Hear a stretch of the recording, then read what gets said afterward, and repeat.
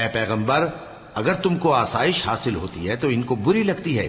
اور اگر تم پر کوئی مشکل آ پڑتی ہے تو کہتے ہیں کہ ہم نے اپنا کام پہلے ہی درست کر لیا تھا، اور خوشیاں مناتے لوٹ جاتے ہیں۔ کہہ دو کہ ہم کو کوئی مصیبت نہیں پہنچ سکتی بجز اس کے جو اللہ نے ہمارے لیے لکھ دی ہو، وہی ہمارا کارساز ہے، اور مومنوں کو تو اللہ ہی پر بھروسہ رکھنا چاہیے۔ کہہ دو کہ تم ہمارے حق میں دو بھلائیوں میں سے ایک کے منتظر ہو، اور ہم تمہارے حق میں اس بات کے منتظر ہیں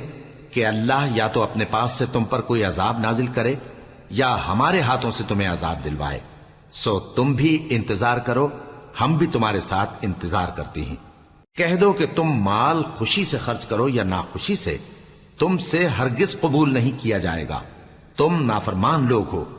اور ان کے خرچ کیے ہوئے مالوں کے قبول ہونے سے کوئی چیز مانے نہیں ہوتی سوائے اس کے کہ انہوں نے اللہ سے اور اس کے رسول سے کفر کیا، اور نماز کو آتے ہیں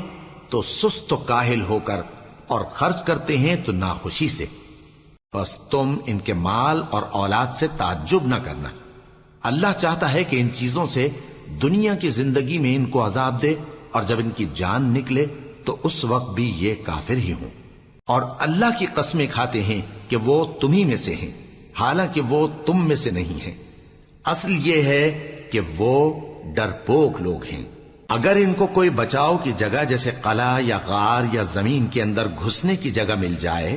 تو اسی طرف رسیاں توڑاتے ہوئے بھاگ جائیں، اور ان میں بعض ایسے بھی ہیں کہ تقسیم صدقات میں تم پر تانا زنی کرتے ہیں۔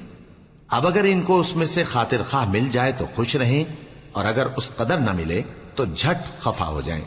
اور اگر وہ اس پر خوش رہتے جو اللہ اور اس کے رسول نے ان کو دیا تھا، اور کہتے کہ ہمیں اللہ کافی ہے، اور اللہ اپنے فضل سے اور اس کے پیغمبر اپنی مہربانی سے ہمیں پھر دے دیں گے، اور ہمیں تو اللہ ہی کی رضا مطلوب ہے، تو ان کے حق میں بہتر ہوتا۔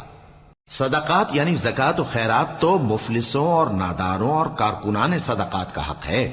اور ان لوگوں کا جن کے دل جیتنا منظور ہے، اور غلاموں کے آزاد کرانے میں، اور قرض داروں کے قرض ادا کرنے میں، اور اللہ کی راہ میں، اور مسافروں کی مدد میں بھی یہ مال خرچ کرنا چاہیے۔